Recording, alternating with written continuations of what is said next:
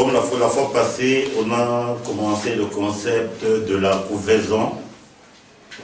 En la journée d'aujourd'hui, nous serons toujours au concept de la couvaison, car la couvaison, c'est ça le point le plus capital. Et le thème de ce matin, l'intitulons comme ceci: la couvaison céleste et le mystère 21 révélé dans l'existence de Daniel. Donc nous disons la couvaison céleste et le mystère 21 révélé dans l'existence de Daniel. Nous sommes dans le livre de Daniel, le chapitre 10, nous lisons du verset 12 au verset 14. La Bible déclare, 10, 12 à 14, nous lisons, « Il me dit, Daniel, ne crains rien, car dès le premier jour où tu as eu à cœur de comprendre et de t'humilier devant ton Dieu, tes paroles ont été entendues, et c'est à cause de tes paroles que je viens. Le chef du royaume des Perses m'a résisté 21 jours, mais voici Michael, l'un des principaux chefs, est venu à mon secours et je suis demeuré là auprès du roi de Perse. Je viens maintenant pour te faire connaître ce qui doit arriver à ton peuple dans la suite des temps, car la vision concerne encore ces temps-là. Amen. Amen. Daniel, ça a été un des captifs qu'on a déportés de la terre d'Israël jusqu'à Babylone. Donc dans le contexte, on parle du royaume des Perses. Quand il s'est retrouvé là, il avait une préoccupation. Il cherchait à comprendre pourquoi ces choses, quelle est la vision de Dieu, pourquoi ça nous arrive, pourquoi. C'est là où nous disons toujours, un homme normal doit se poser des questions. Un homme ne vit pas par instinct. Il n'y a que les animaux qui vivent par instinct, qui ne peuvent en aucune manière se poser des questions. Je ne sais pas si tu comprends. Donc un homme normal, c'est celui qui se pose des questions, c'est-à-dire chercher à comprendre. Et le point capital pour chercher à comprendre, c'est le pourquoi des choses. Amen. Alors Daniel, comme Gabriel, quand il est arrivé, l'ange Gabriel, il est arrivé auprès de Daniel, il lui a dit ceci: Daniel, ne crains pas, car dès le premier jour où tu as eu à cœur de comprendre et de t'humilier devant ton Dieu, c'est-à-dire le point clé qui a fait que la réponse à la prière de Daniel soit libérée par le ciel, parce que dans le cœur de Daniel, il y avait une préoccupation de comprendre et de s'humilier. Amen. Si moi dans ma vie, je n'ai aucune préoccupation de comprendre les choses, je n'ai aucune préoccupation de m'humilier, même si je vais à l'église 1000 ans, il n'y aura rien. Amen. Donc nous disons ici, les deux conditions sine qua non pour entrer sous la couvaison du Seigneur, ce n'est que quand dans notre cœur, il y a la première préoccupation, chercher à comprendre les choses. 2. S'humilier devant Dieu. C'est pour cela que le cas de Daniel, sa réponse a été retenue pendant 21 jours. J'espère que tu comprends. C'est-à-dire, l'ange Gabriel, quand il est venu pour donner la réponse, le roi des Perses a résisté devant Gabriel. Et Gabriel est resté bloqué pendant 21 jours. Mais le 21e jour, Michael est intervenu pour débloquer la situation afin que la réponse parvienne à Daniel. Dans ce concept, c'est ce que j'ai appelé la couvaison de Daniel. J'espère que tu comprends. C'est parce que ce n'est que le 21e jour où Michael pouvait intervenir afin que la réponse soit accordée à Daniel. Donc quand nous voyons ce texte, les 3 points importants autour nous allons parler, c'est le concept de comprendre, le concept de s'humilier et le concept du résistant à la réponse ou à la prière de Daniel. Amen. Comme le texte le dit, la réponse de Daniel a été bloquée pendant 21 jours. Qui l'a bloqué? La Bible, les Écritures nous dit, c'est le roi de Perse. Maintenant, nous allons voir un peu, pour nous aujourd'hui, qui est le roi de Perse qui bloque la réponse que Dieu nous envoie. Amen. Donc le premier point sur lequel on va parler, c'est le résistant à la réponse que Dieu nous envoie. Amen. Et quand nous allons terminer cela, nous allons passer au concept du point là, chercher à comprendre et chercher à s'humilier. Je ne sais pas si on se comprend un peu dans ce que nous sommes en train de dire. Donc, comme cela a été le cas de Daniel, il a connu, sa réponse a connu 21 jours de résistance. Ce n'est que le 21e jour où le déblocage a été accordé. Et qui a résisté? Comme l'Écriture le dit, le chef des Perses. Et la Bible nous dit, comme l'avions dit, Michael n'est intervenu que le 21e jour, c'est-à-dire le jour du terme de la couvaison ou de la maturité. Donc, ici, je vais d'abord expliquer pour qu'on se comprenne.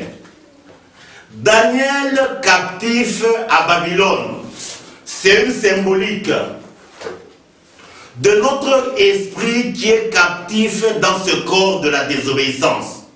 J'espère que je comprends. L'Écriture dit, on va lire, Romains 11, 32.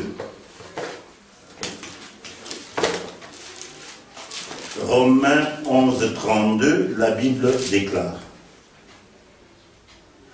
Car Dieu a renfermé tous les hommes dans la désobéissance pour faire miséricorde à tous. Donc, la désobéissance, c'est notre corps dans lequel nous sommes. C'est lui le résistant. C'est lui qui s'oppose à la réponse que Dieu peut nous envoyer. Je ne sais pas si on se comprend. Maintenant, si on devient ami du résistant, on n'aura jamais la réponse que Dieu nous envoie. Amen. Je ne sais pas si on se comprend. C'est-à-dire le désobéissant. Le chef de Perse, en son temps-là, donc Daniel, ça a été un captif, un juif, qui a été ramené chez les Perses. Donc c'est une illustration qui révèle notre esprit. Il procède des dieux, mais il est captif dans la poussière. C'est ce que Paul dit, misérable que je suis, qui me délivrera de ce corps de la mort? Je ne sais pas si je comprends. C'est-à-dire l'élément clé dans l'homme, c'est l'esprit qui est typifié par Daniel. Comme l'Écriture le dit, ce sont les hommes qui serviront des signes et des présages des dieux. Donc les hommes dans les Écritures sont comme les signes dans les mathématiques. Je ne sais pas si je comprends. Donc, ce qu'a été Daniel à Babylone, un juif captif, c'est l'image prophétique qui nous révèle que l'esprit de tout un chacun est dans la captivité, dans ce corps, c'est-à-dire dans ce monde. C'est-à-dire les demeures de notre esprit, selon Dieu, c'est Dieu. Mais quand l'esprit demeure dans ce corps, il est dans la mort, il est dans le veuvage. J'espère que je te comprends. Donc, nous disons ceci. Michael est intervenu seulement le 21e jour, jour de la couvaison ou de la maturité de l'esprit, assurant la sécurité ou le dépouillement du corps de la chair. C'est-à-dire quoi? Le 21e jour où Michael est intervenu, c'était pour extirper Daniel de l'élément résistant afin qu'il reçoive la vision de Dieu. C'est ce que quand nous rentrons dans Daniel 9, le verset 20 et le verset 23, la Bible dit, Daniel 9, 20 à 23, la Bible stipule, je parlais encore, je priais, Je confessais mon péché et le péché de mon peuple d'Israël. Je présentais mes supplications à l'Éternel mon Dieu, en faveur de la sainte montagne de mon Dieu. Je parlais encore dans ma prière, quand l'homme Gabriel, que j'avais vu précédemment dans une vision, s'approcha de moi d'un vol rapide au moment de l'offrande du soir. Il m'instruisit et s'entretint avec moi. Il me dit, Daniel, je suis venu maintenant pour ouvrir ton intelligence. Lorsque tu as commencé à prier, ta parole est sortie, je viens pour te l'annoncer, car tu es un bien-aimé. Sois attentif à la parole et comprends la vision. Amen. C'est-à-dire, la révélation des choses et des dieux ne peut être accordée qu'au seul bien-aimé des dieux. Gabriel a donné la raison pour laquelle il a été envoyé vers Daniel. Parce que Daniel a été un bien-aimé des dieux. Donc le point clé que nous devons rechercher, c'est devenir un bien-aimé des dieux. Amen. Comment est-ce qu'on peut devenir bien-aimé des dieux? On devient bien-aimé des dieux quand nous devenons ennemis de l'ennemi des dieux qui est au-dedans de nous. Amen. Je ne sais pas si on comprend bien le concept. La chair est ennemie des dieux. Si mon esprit devient ami de ma chair, automatiquement mon esprit est ennemi des dieux. Pour que mon esprit soit ami des dieux, il faut que mon esprit soit ennemi de l'ennemi des dieux qui est au-dedans de moi. C'est là même quand vous allez dans le livre, dans ce que Paul a écrit. Pour confirmer ce concept, nous sommes dans 1 Corinthiens. Parce que beaucoup de gens se posent la question, non, pourquoi Dieu ne nous révèle pas les choses? Mais Dieu ne fait pas le boulinde koto vata. Amen. Écoutez ce qu'il dit. Nous sommes 1 Corinthiens 2. Nous lisons à partir du verset 6. Il est dit ceci. Cependant, c'est une sagesse que nous prêchons parmi les parfaits. Sagesse qui n'est pas de ce siècle, ni des chefs de ce siècle qui vont être anéantis. Nous prêchons la sagesse des dieux mystérieux et cachés que Dieu avant les siècles avait destiné pour notre gloire. Sagesse qu'aucun chef de siècle n'a connue, car s'il l'eût connue, il n'aurait pas crucifié le Seigneur de gloire. Mais comme il est écrit, ce sont des choses que l'œil n'a point vues, que l'oreille n'a point entendues, qui ne sont pas montées au cœur de l'homme, des choses que Dieu a préparées pour ceux qui l'aiment. Amen. Donc il n'y a que ceux qui aiment Dieu qui peuvent recevoir ces choses. Si moi je déteste Dieu, même si j'appelle tous les prophètes du monde entier chez moi, il n'y aura rien. Le point capital, c'est que nous devons aimer Dieu. Ce n'est que quand nous aimons Dieu que Dieu peut nous donner ses mystères. Je ne sais pas si tu comprends. C'est pour ça qu'on rentre dans les deux grands commandements. Le premier, tu aimeras ton Dieu de tout ton cœur, de toute ton âme et de toute ta force. Je ne sais pas si on comprend un peu. Donc, si je n'aime pas Dieu, bien aimé, c'est une impossibilité que je perçoive les choses de Dieu. Donc, nous disons que Daniel donne la raison pour laquelle il a été envoyé Gabriel donne les raisons pour lesquelles il a été envoyé chez Daniel, parce que Daniel, c'est un bien-aimé de l'Éternel. Maintenant, nous disons ceci. La volonté de Dieu, quand nous rentrons dans le concept ici de Daniel, Gabriel a été envoyé pour ouvrir l'intelligence de Daniel. Amen. L'intelligence, c'est quoi?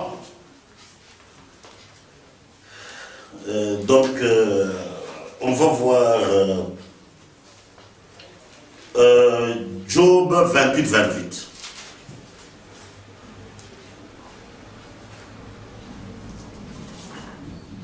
Job 28-28 nous définit ce que c'est que l'intelligence. Job 28-28 déclare: puis il dit à l'homme, voici la crainte du Seigneur, c'est la sagesse.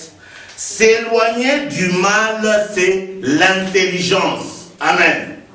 Donc l'intelligence, c'est cette capacité de s'éloigner du mal. Le mal ici, selon Dieu, c'est notre vieil homme. C'est-à-dire Gabriel est venu chez Daniel pour que Daniel soit en mesure de se séparer de l'ennemi qui bloque la vision de Dieu afin que les choses de Dieu soient claires à l'égard de Daniel. C'est là où Job encore 32 verset 8 déclare: en réalité dans l'homme c'est l'esprit.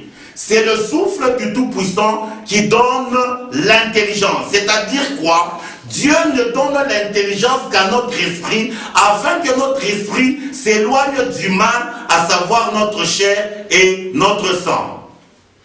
Ben. Non, on n'a pas encore déjà arrêté. Oui, donc nous disons ceci. Le concept important, c'est que Dieu, quand il vient, c'est lui qui a la capacité d'ouvrir notre intelligence. Et l'intelligence, bien aimé comme nous le disons, c'est cette séparation au-dedans de nous qui va faire que notre esprit, qui procède de Dieu, se sépare du végétatif et de l'animalité. Amen. Je vais expliquer le végétatif, c'est quoi? Le végétatif, c'est le ventre, c'est qui a trait au ventre. Amen. Il y a des gens sur la terre, ce qui les préoccupe, c'est seulement le ventre. Et la dimension du ventre, c'est la dimension végétative. Amen. L'autre dimension qui vient, c'est la dimension animale. La dimension animale, c'est quoi? C'est trois choses. Les sentiments qu'il y a au-dedans de nous, l'instinct et l'ignorance à l'égard des dieux. Amen.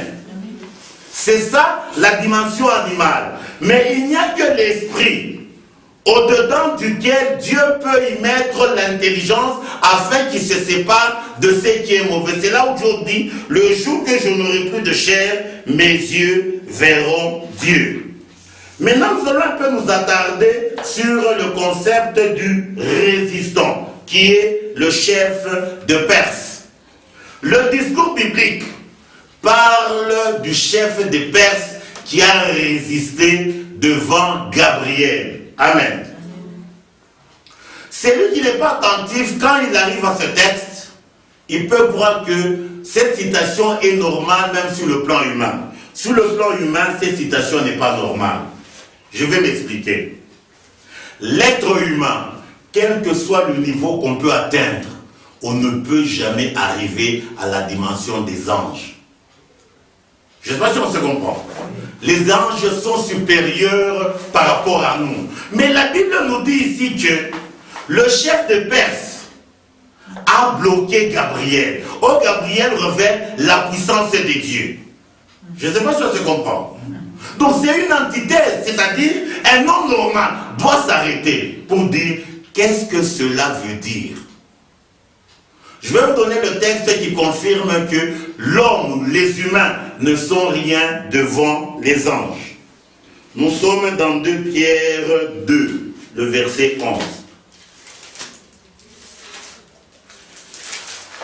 Dans 2 Pierre 2, le verset 11, la Bible déclare.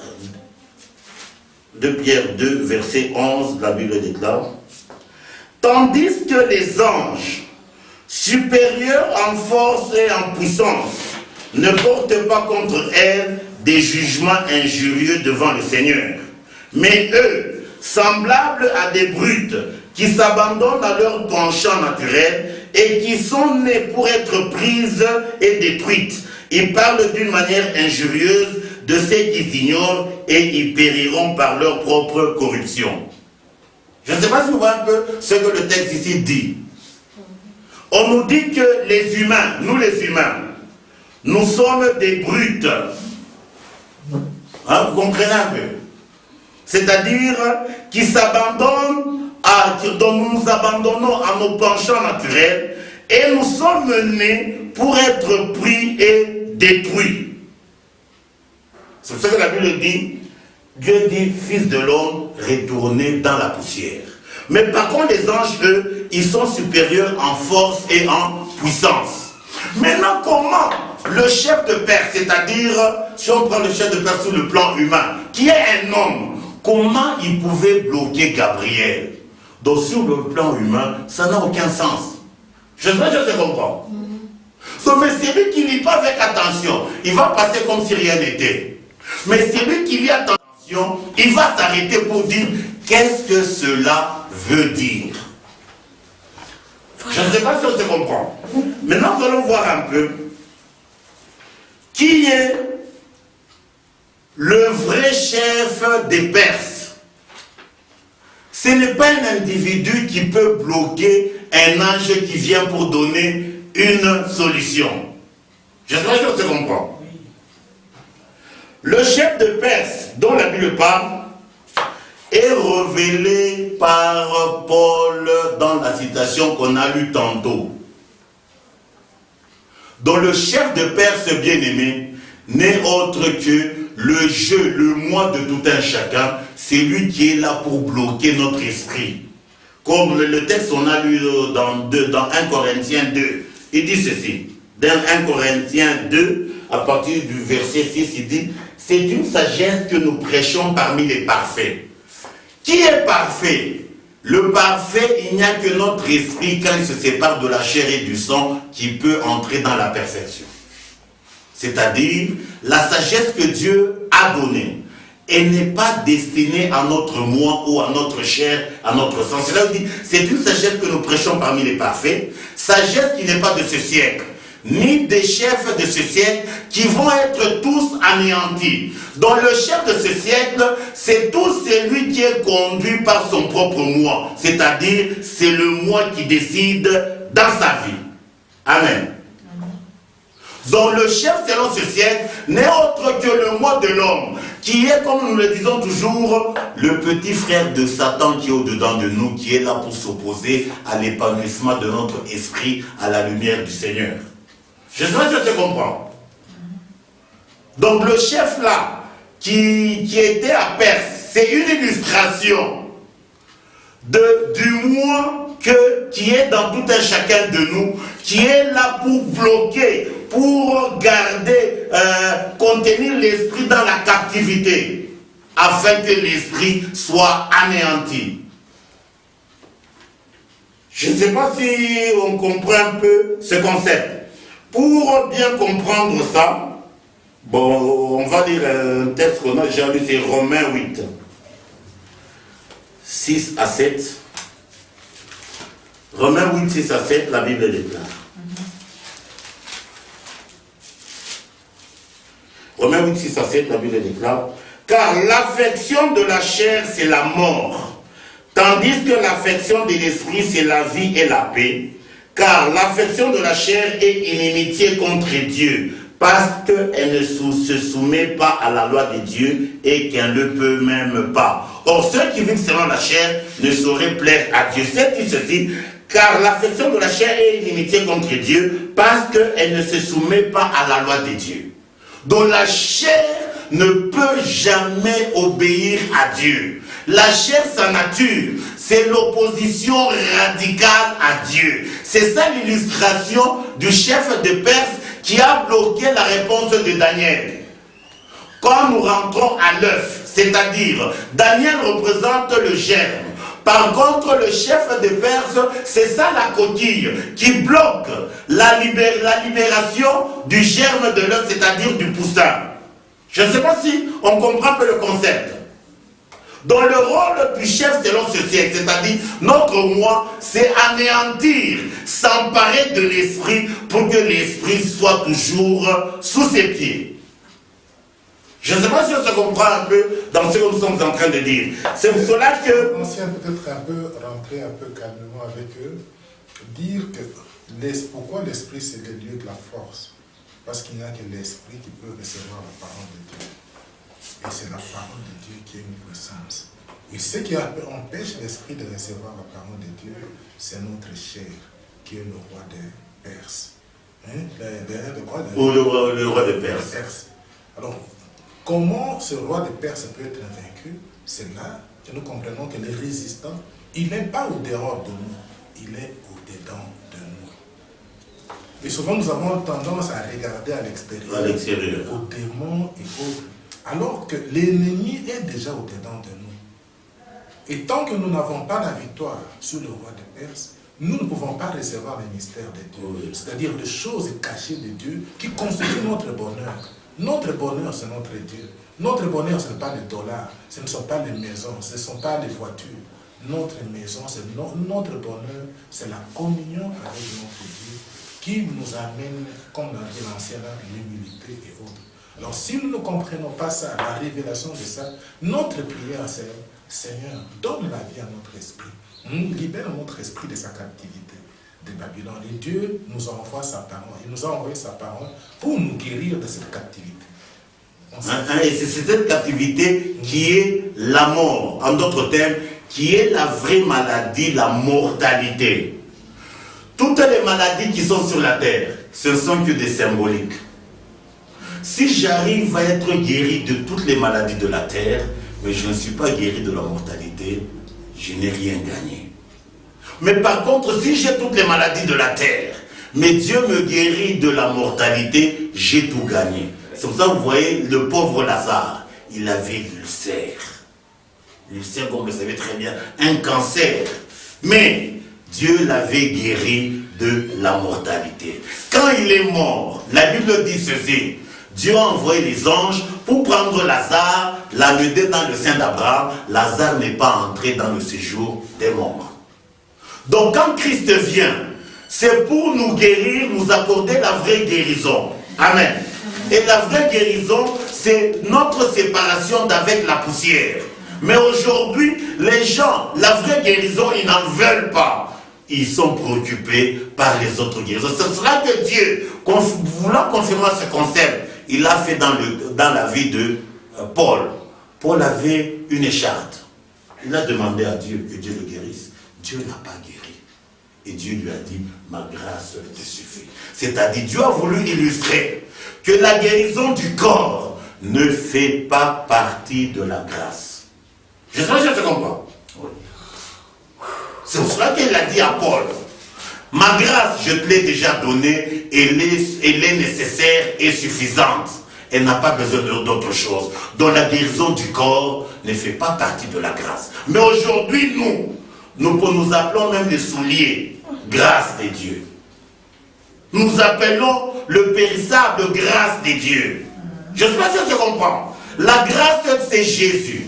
Il est venu afin que nous ayons l'immortalité. Mais aujourd'hui, regardez comment les gens courent après le miracle, comme je le dis toujours, de ce corps qui est l'image de la bête. Mais la guérison de l'homme véritable, on ne s'en préoccupe pas. Pourquoi? Parce qu'on est borné. Je ne dis pas que Dieu ne peut pas guérir dans ce corps. Toute guérison que Dieu fait dans ce corps, c'est une illustration pour révéler la vraie et unique guérison, à savoir la guérison de notre esprit pour qu'il quitte la mortalité afin qu'il entre dans la vie. Je vais vous dire une chose grossière un peu pour qu'on puisse un peu se comprendre. Le corps dans lequel nous vivons, sur le plan spirituel, ce n'est qu'un habit, mais un habit appelé à s'user, appelé à vieillir. La volonté de Dieu est que notre esprit fouille l'habit appelé à s'user pour qu'on revête l'habit qui restera toujours neuf, à savoir ce que Christ nous donne. Je ne sais pas si on se comprend. C'est ça. Mais aujourd'hui, regardez comment les gens se préoccupent de leur extérieur, de leur apparence. Tout est concentré sur l'extérieur. Un homme normal doit être un homme de l'être et non pas un homme du paraître. On va lire le texte pour qu'on se comprenne bien dans ce que nous sommes en train de dire dans Hébreux chapitre 1er. Écoutez ce que la Bible dit. Nous sommes à partir du verset, Hébreux chapitre 1 à partir du verset 8. Mais il a dit au Fils, ton trône, ô Dieu éternel, l'esprit de ton règne est un spectre d'équité. Tu as aimé la justice et tu as eu l'iniquité. C'est pourquoi, ô Dieu, ton Dieu t'a oint d'une huile de joie au-dessus de tes égaux. Et encore, toi Seigneur, tu as au commencement fondé la terre et les cieux sont l'ouvrage de tes mains. 11. Écoutez ce que la Bible dit. Ils périront, mais tu subsistes. Ils vieilliront tous comme un habit. Ça dit, nos corps ici, c'est un habit qui est appelé à vieillir. Et la vieillesse, c'est quoi? C'est quand nous mourons, on jette cet habit aux immondices, au cimetière. Je sais pas si tu comprends. Il dit, ils périront tous, toi tu subsistes, ils vieilliront tous comme un habit, tu les rouleras comme un manteau et ils seront changés, mais toi, tu restes le même et tes années ne finiront point. C'est ce que l'Écriture appelle être dépouillé du vieil homme. Le vieil homme, c'est ça, l'ancien habit appelé à vieillir. L'homme nouveau, c'est ça, l'habit neuf. C'est là où Christ a dit dans une citation quelque part, on ne peut pas prendre un drap neuf pour le coudre sur un drap vieux, de peur que la déchirure soit pire par rapport à ce qui était avant. On ne mélange pas ce qui est vieux et ce qui est nouveau. C'est là où il continue, il dit, on ne met pas de vin nouveau dans des vieilles outres. C'est-à-dire le vin nouveau, qui est la présence de Dieu, ne peut être mis que dans notre esprit, ne peut jamais être mis dans le vieil homme. Je ne sais pas si on se comprend que là. Il faut que nous puissions bien arriver à comprendre ces choses. Mais malheureusement, on se préoccupe de tout, mais sauf de l'essentiel. Maintenant, ce résistant, nous allons encore le voir quelque part pour que nous puissions comprendre un peu quelle est sa nature. Le résistant est typifié encore par le premier fils de Jacob, à savoir Ruben. On va lire dans le livre de Genèse 49. Nous sommes dans Genèse 49 à partir du verset 2 jusqu'au verset 4, la Bible stipule. Ruben, toi mon premier-né, ma force et les prémices de ma vigueur, supérieur en dignité et supérieur en puissance, impétueux comme les eaux, tu n'auras pas la prééminence, car tu es monté sur la couche de ton père, tu as souillé ma couche à mi-montant. Quand vous voyez ce que la Bible dit ici sur Ruben, c'est l'opposé radical de la naissance de Isaac. Jacob, qu'est-ce qu'il dit ici? Ruben, il est sorti de sa puissance, de sa vigueur. Je ne sais pas si je comprends. Mais Isaac, lui, il est né quand Abraham n'avait plus de vigueur. Hein? Je crois que vous connaissez ça. La Bible, on va lire. Isaac, c'est ça l'image de l'homme nouveau qui ne naît pas de la puissance masculine. Je ne sais pas si je comprends. Il naît de Dieu. Je ne sais pas si je comprends. Tout celui qui naît de la puissance masculine, il est ennemi de Dieu. C'est ça, Ruben. Je vais vous donner le concept pour que vous compreniez. C'est là où il dit, Ruben, toi mon premier-né, ma force, c'est-à-dire la force de Jacob, les prémices de sa vigueur, supérieur en dignité, supérieur en puissance. Et cette dignité et cette puissance, c'est une puissance d'illusion. Ça veut dire quoi? Celui qui l'a appelé supérieur en dignité et supérieur en puissance, qu'est-ce qu'il a fait? Il a pris sa femme. Donc il a pris la femme de son père. Hein? Je ne sais pas si vous comprenez un peu. Hein? Je ne sais pas si ça se comprend. Quand il a grandi, il a pris Bila et il a couché avec. C'est-à-dire, comme l'Écriture le dit, impétueux comme les eaux, tu n'auras pas la prééminence. Ça veut dire quoi? L'impétuosité, c'est un concept qui dit ceci. Ceux dont la course est violente et rapide, c'est-à-dire qui n'a pas de borne. Je ne sais pas si je comprends. C'est-à-dire, Ruben, dans son existence, il n'a pas eu de borne. C'est-à-dire, il est allé même jusqu'à prendre la femme de son père. Alors que Jacob a dit que c'était sa dignité, donc une dignité d'illusion. Je ne sais pas si je comprends. Ça montre quoi? Ça révèle la chair. La chair, son rôle, c'est s'emparer de tout. Même ce qui appartient à Dieu. Ce qui appartient à Dieu. C'est-à-dire, le rôle de la chair, c'est s'emparer même de l'esprit, notre esprit, pour que l'esprit soit anéanti.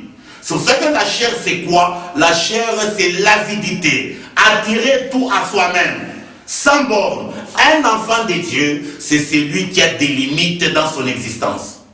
Je ne sais pas si je comprends. Il a des bornes. Mais ici, on parle que lui, il est impétueux comme les autres. C'est pour cela que, comme je l'avais dit, vous le savez tous très bien, notre chair, sa nature, c'est l'eau. L'eau, quand elle coule, elle s'empare de tous les espaces. C'est ce que nous sommes. Vous comprenez un peu? Maintenant, à nous, Dieu a mis un espace appelé à être sa demeure. Quel est cet espace? Notre esprit. Mais le rôle de la chair, c'est s'emparer même de notre esprit pour que Dieu ne vienne pas dans notre existence. Je ne sais pas si vous comprenez un peu le concept.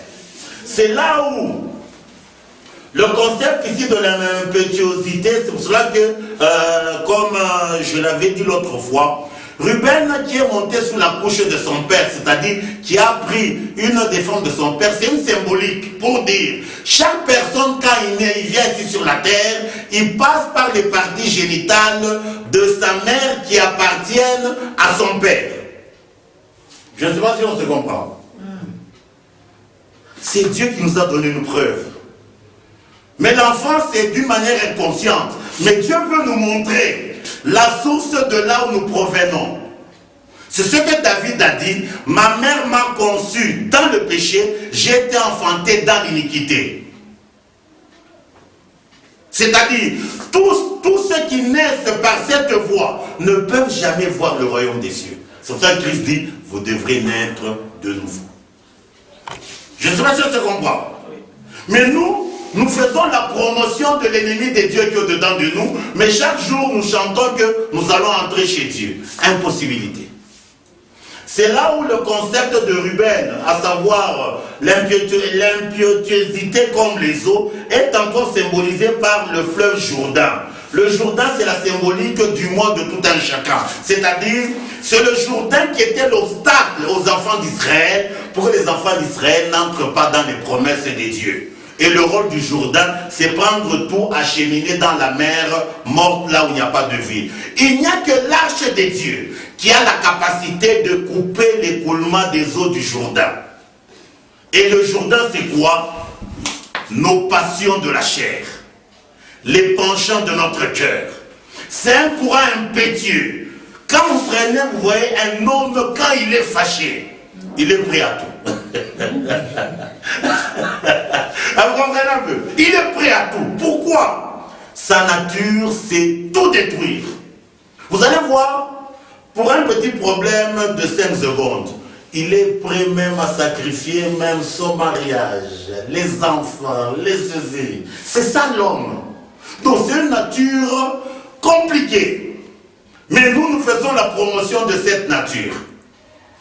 C'est pour ça que Dieu s'est arrangé, quand Israël devrait entrer dans la terre promise, Dieu s'est arrangé que le Jourdain soit dans sa crue, c'est-à-dire une impossibilité par les moyens humains de traverser le Jourdain.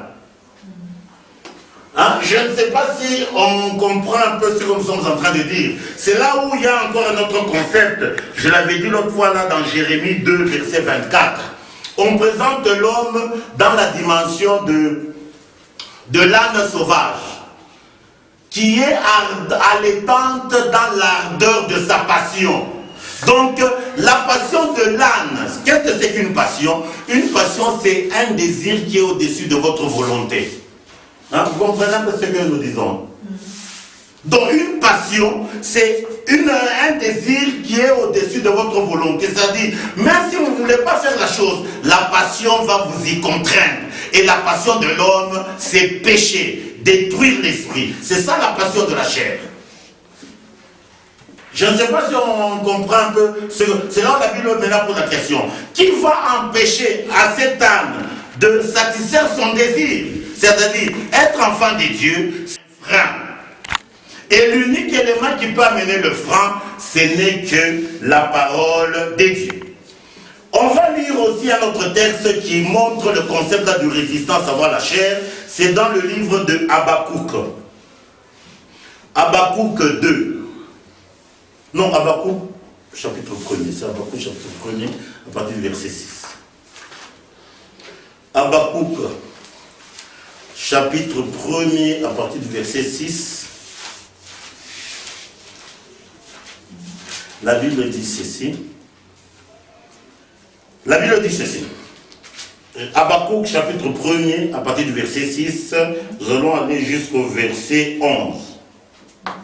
Suivez ici très bien. Celui qu'on présente ici, le Chaldéen ou les Chaldéens, c'est ça l'image de la chair, l'ennemi de Dieu. C'est cela que Abraham, il était Chaldéen, il était babylonien. Qu'est-ce que Dieu lui a demandé? De quitter l'état d'être Chaldéen pour qu'il devienne hébreu. Et nous allons voir qu'est-ce que Dieu dit sur les Chaldéens. Hein? Je sais pas si on se comprend un peu là. Voici, je fais venir les Chaldéens, peuple furibond et impétueux. Le concept furibond, c'est le concept qui veut dire le peuple qui a la grande fureur. Amen. Quelle est sa fureur? Détruire, anéantir l'esprit qui est au-dedans de nous. La Bible dit ceci, qui traverse des vastes étendues de pays pour s'emparer des demeures qui ne sont pas à lui. Dans le Chaldéen, sa vision, c'est s'emparer des demeures qui ne sont pas à lui. L'état d'être du Chaldéen, c'est ça l'état d'être qui est révélé dans, comment je peux dire, la nature de Satan. Satan, c'était un chérubin protecteur auprès de Dieu. Mais en quoi consistait son péché? S'emparer de la gloire de Dieu. Il a dit, je monterai, jusqu'à 5 fois. C'est-à-dire, le jeu de tout un chacun, c'est ça le poison de Satan qui est dans tout un chacun de nous.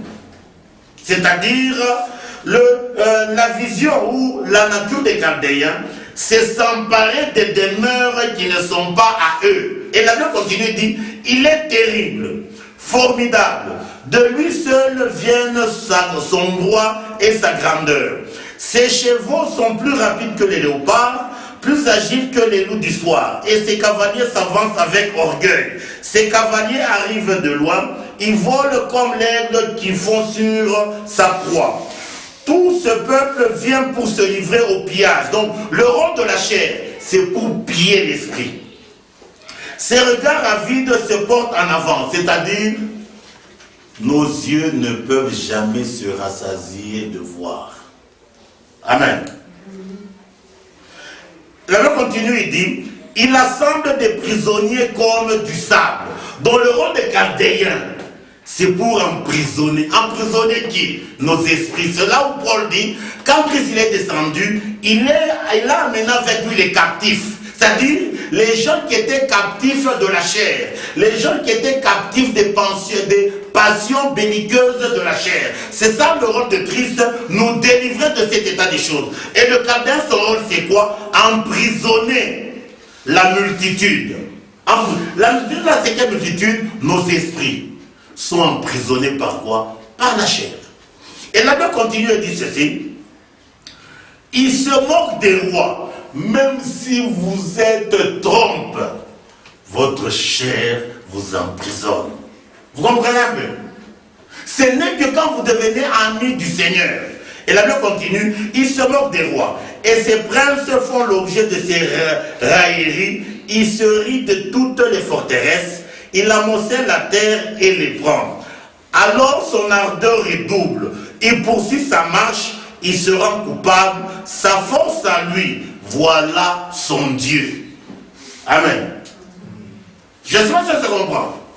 Le Dieu de la chair, c'est la force, l'orgueil. Vous comprenez un peu? Et la chair, c'est ça l'ennemi, c'est lui le résistant. Je ne sais pas si, bien aimé, nous devons faire très attention pour que nous puissions bien comprendre ce concept afin que nous puissions savoir où est-ce que nous devons nous diriger. Nous allons rentrer au concept de Isaac parce que là, on n'a pas fait très attention. On va lire le texte qui révèle l'antipode qu'il y a entre la naissance de Ruben et la naissance d'Isaac. Nous avions vu que Jacob, parlant de Ruben, il dit il est la vigueur de sa force, il est les prémices de sa vigueur. Amen. Maintenant, nous allons voir qu'est-ce que la Bible dit sur la naissance d'Isaac et qui est réellement Isaac pour nous. Pour cela, nous sommes dans Genèse 17, 15 à 26. Genèse 17, 15 à 26, la Bible déclare. Dieu dit à Abraham, tu ne donneras plus à Sarah ta femme le nom de Sarai, mais son nom sera Sarah. Je la bénirai, je te donnerai d'elle un fils. Je la bénirai et deviendra des nations, des rois, des peuples sortiront d'elle. Abraham tomba sur sa face, il rit et dit à son cœur, naîtrait-il un fils à un homme de 100 ans? Et Sarah, âgée de 90 ans, enfantera-t-elle? Vous comprenez un peu? Donc Abraham ici, il a confessé le manque de vigueur dans son être. Je ne sais pas si vous comprenez un peu. À l'opposé de ce que Jacob a dit sur la naissance de Ruben. Nous continuons, il dit même, sa femme, elle est vieille. Abraham dit à Dieu, oh, qu'Ismaël vive devant ta face. Dieu dit, certainement Sarah, ta femme, t'enfantera un fils et tu l'appelleras du nom d'Isaac. J'établirai mon alliance avec lui comme une alliance perpétuelle pour sa postérité après lui. À l'égard d'Ismaël, je t'ai exaucé, voici je le bénirai, je le rendrai fécond, je le multiplierai à l'infini, il engendra 12 princes et je ferai de lui une grande nation. J'établirai mon alliance avec Isaac et Sarah enfantera à cette époque de l'année prochaine. Lorsqu'il eut achevé de lui parler, Dieu s'éleva au-dessus d'Abraham. Abraham prit Ismaël, son fils, tous ceux qui étaient nés dans sa maison et tous ceux qu'il avait acquis à prix d'argent, tous les mâles parmi les gens de la maison d'Abraham, il les circoncis ce même jour selon l'ordre que Dieu avait donné. Abraham était âgé de 99 ans lorsqu'il fut circoncis. Ismaël, on peut s'arrêter là-bas. Donc ici, Abraham a confessé qu'il n'avait pas la force. Maintenant, quand nous allons dans Genèse 18, qu'on lise Genèse 18 pour qu'on comprenne bien le concept que nous sommes en train de dire. Genèse 18, nous lisons du premier verset. Donc Genèse 18.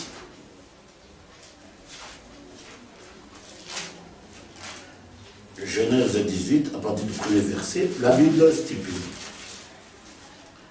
L'Éternel lui apparut parmi les chênes de Mamré, comme il était assis à l'entrée de sa tente pendant la chaleur du jour. Il leva les yeux et regarda. Voici 3 hommes étaient debout près de lui. Quand il les vit, il courut au-devant d'eux depuis l'entrée de sa tente et se prosterna en terre. Et il dit, Seigneur, si j'ai trouvé grâce à tes yeux, ne passe point, je te prie, loin de ton serviteur. Permettez qu'on apporte un peu d'eau pour vous laver les pieds et reposez-vous sous cet arbre. J'irai prendre un morceau de pain pour fortifier votre cœur, après quoi vous continuez votre route, car c'est pour cela que vous passez près de votre serviteur et répondit, fais comme tu l'as dit. Abraham alla promptement dans sa tente vers Sarah et dit, vite 3 mesures de fleurs de farine, prêtis et fais des gâteaux. Abraham courut à son troupeau, prit un veau tendre et bon et le donna à un serviteur qui se hâta de la prêter. Il prit encore de la crème et du lait avec le veau qu'on avait apprêté et il le mit devant eux. Il se tint lui-même à leur côté sous l'arbre et ils mangèrent. Alors il lui dit, où est Sarah ta femme? Il répondit, elle est là dans la tente. L'un d'entre eux dit, ici je vais épingler un peu, les 3 personnes qui sont présentées devant Abraham, c'est la symbolique de la présence divine. J'espère que je comprends.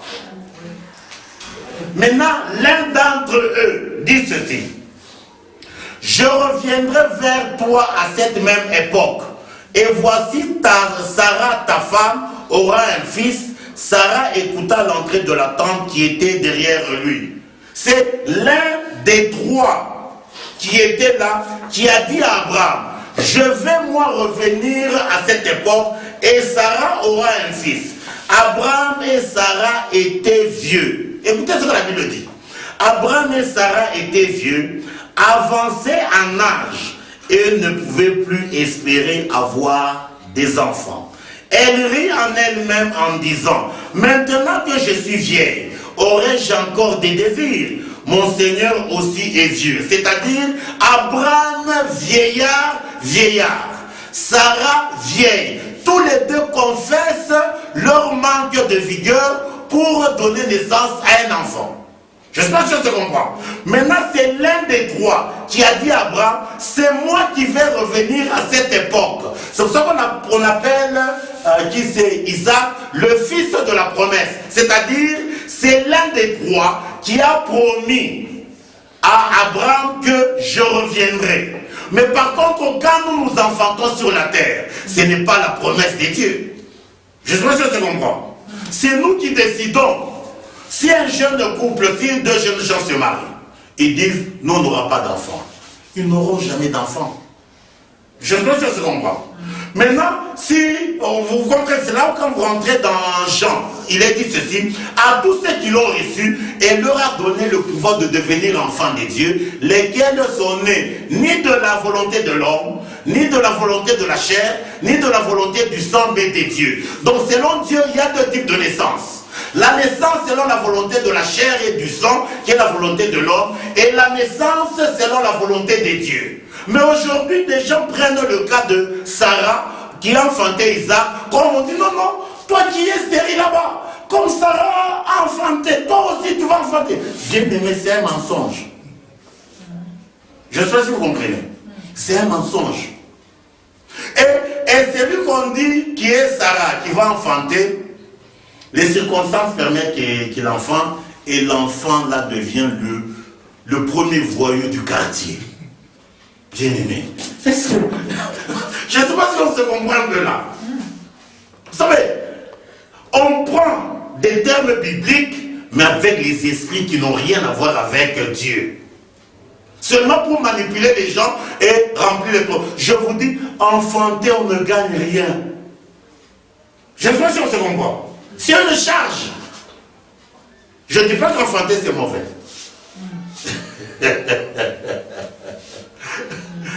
C'est pas parce que tu as beaucoup d'enfants que tu vas aller au ciel. Non.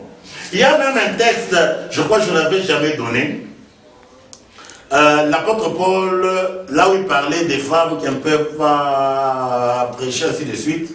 Si vous avez déjà lu là-bas, l'apôtre Paul dit, elles seront néanmoins sauvées en devenant mères. Vous avez déjà vu ça? C'est être mère à la maternité.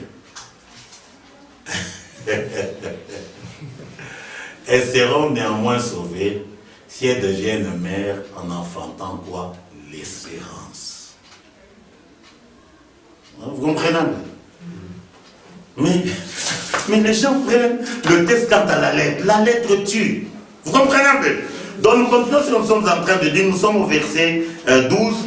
Elle rit en elle-même en disant, maintenant... Est-ce que tu peux expliquer un peu bien l'espérance là? Ah, l'espérance. Oui, je vais expliquer l'espérance. Comme Paul le dit, Christ en vous, l'espérance de gloire. C'est-à-dire quoi? L'espérance, c'est quoi? Il faut que notre esprit épouse le Créateur. Quand il épouse le Créateur, automatiquement, nous devons enfanter l'espérance. Maintenant, cette espérance, ici, elle est au niveau de la grossesse, elle ne peut jamais nous sauver.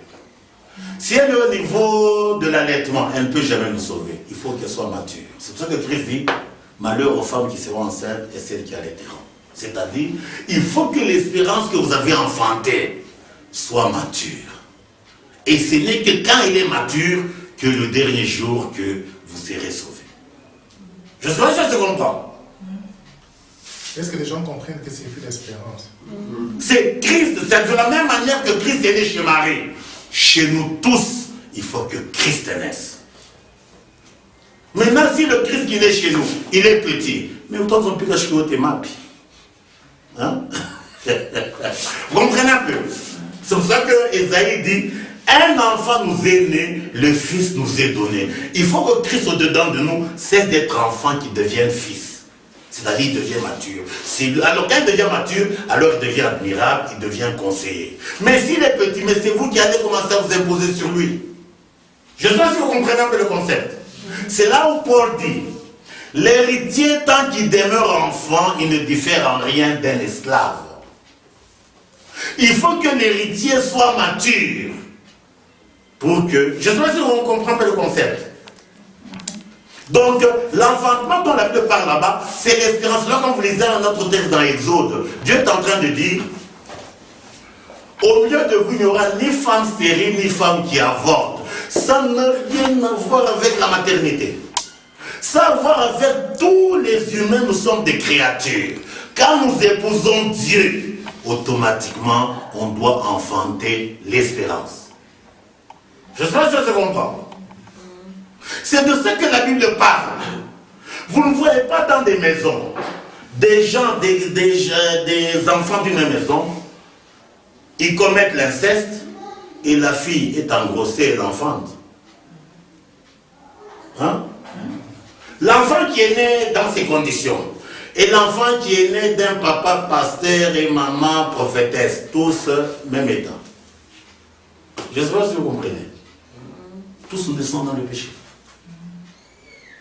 Vous comprenez? C'est-à-dire, tout celui qui naît de la puissance masculine, nous devons naître de la puissance d'en haut, comme l'Écriture dit. Ce n'est ni par la force, ni par la puissance, mais c'est par mon esprit. Donc, nous sommes à Isaac. Elle rit en elle-même en disant, maintenant que je suis vieille, aurais-je encore des désirs? Mon Seigneur aussi est vieux. Je crois que vous le savez très bien, une maman, quand elle a déjà atteint un âge avancé, même les désirs, les capacités d'aimer disparaissent. Alors, l'Éternel dit à Abraham, pourquoi donc Sarah a-t-elle ri en disant, est-ce vraiment j'aurai un enfant, moi qui suis vieille? 14. Y a-t-il rien qui soit étonnant de la part de l'Éternel? Autant fixé. On dit ici, c'est l'Éternel qui parle à Abraham. Et la Bible dit, autant fixé, je reviendrai vers toi. Qui reviendra? L'Éternel. Et à cette même époque, Sarah aura un fils. Je sais si vous comprenez. C'est-à-dire, c'est Dieu qui est revenu. Maintenant, quand nous rentrons au premier verset, la Bible dit ceci, l'Éternel est apparu à Abraham dans les chaînes de Mamré. Mamré veut dire la vigueur. Donc c'est une symbolique qui révèle que c'est Dieu qui est venu transmettre sa vigueur à Abraham. Je ne sais pas si on comprend le concept. Donc Isaac n'est pas né de la vigueur de la chair. Isaac, il est né de la vigueur des dieux. Et ce n'est que celui qui naît de la vigueur des dieux qui est fils de la promesse. Selon la Bible dit, la chair qui naît de la chair, qui naît de la puissance masculine, ne peut jamais hériter le royaume des cieux. Ah oui. Bon, je termine un texte sur Isaac, hein, pour qu'on conclue là. Sur Isaac, on termine un texte là, pour montrer que les enfants des dieux, nous sommes dans Romains 9.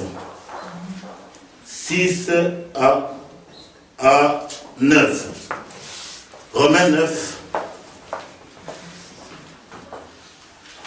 Romains 9, 6 à 9. Pour voir un peu qu'est-ce que la Bible dit sur Isaac. Romains 9, 6 à 9, la Bible dit ceci. Ce n'est point à dire que la parole de Dieu soit restée sans effet, car tous ceux qui descendent d'Israël ne sont pas Israël. Et pour être la postérité d'Abraham, ils ne sont pas tous ses enfants. Mais il est dit, en Isaac sera nommé pour toi une postérité. C'est-à-dire, ce ne sont pas